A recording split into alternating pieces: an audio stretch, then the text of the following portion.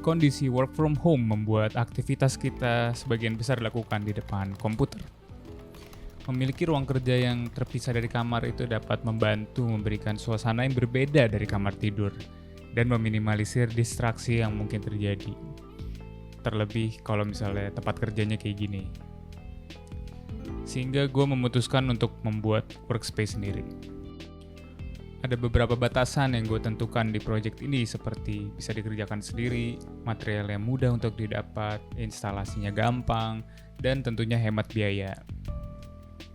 Memanfaatkan ruang yang jarang dipakai di rumah gue yaitu dekat balkon lantai 2. Project ini gue bagi jadi 3 tahap supaya lebih mudah. Yang pertama bikin mejanya sendiri, kemudian gue cat ulang ruangannya, gue ganti material lantai dan tambahin furnitur lainnya, baru tambahin perintilan, soundproofing, dan tambahin storage. Tentunya sebuah workspace butuh sebuah meja buat gue taruh barang-barang. Sebenarnya nggak banyak, cuma laptop dan komputer dan kertas-kertas palingnya. Cuman gue pengen sesuai dengan ergonomi dan mudah untuk dibangun. Postur kerja yang baik itu ketika kaki dan lengan lo itu 90 derajat, keyboard dan mouse ada dalam genggaman, layar itu sejajar dengan mata, dan jarak minimal 1 meter. Makanya gue butuh platform tambahan. Karena lebar ruangan gue 2,3, jadi gue memanfaatkan modul multiplex, gue bagi 2 dan sisanya buat jadi kakinya. Dan ini bagian nggak serunya.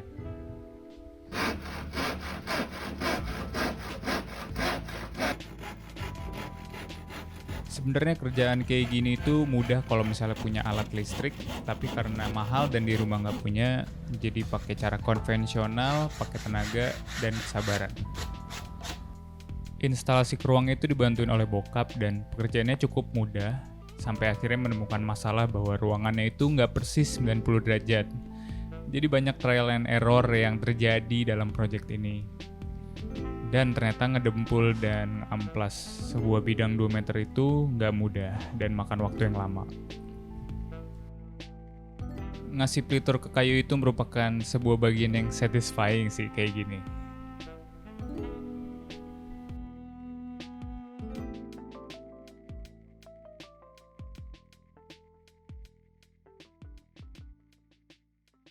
Kebetulan gue menemukan cat sisa di gudang dan ternyata warnanya cocok. Akhirnya gue memutuskan untuk ngecat satu bidang dengan alasan gue pengen install lampu dan nembakin ke temboknya. Setelah itu gue masang rak sebagai pengkaku dari mejanya dan sebagai storage di bawah.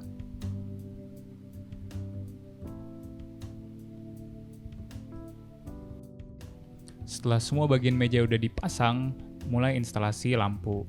Dan ini salah satu tujuan gue menggunakan cat warna terang supaya lampu dari LED-nya itu bisa ditembakin dan dipantulkan oleh tembok ngasih suasana ke ruang. Dan gue ganti lampu utama dengan smart bulb dengan intensitas cahaya bisa sampai 900 lumen.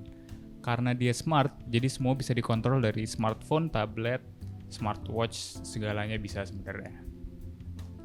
Dan LED di belakang itu juga smart sebenarnya, jadi bisa diganti intensitas cahayanya mau berapa dan tentunya warnanya juga bisa diganti buat ngubah suasana ruangnya mau kayak gimana.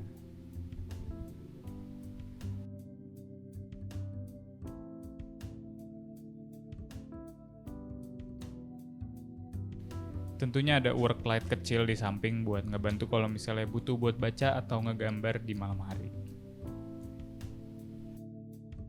Alasan lainnya, LED strip ini ditaruh di belakang adalah untuk membantu pencahayaan saat meeting online. Biasanya kalau malam hari kita suka naikin brightness tinggi banget, bahkan kadang sampai sakit mata. Ada penempatan pencahayaan ini sebagai solusinya.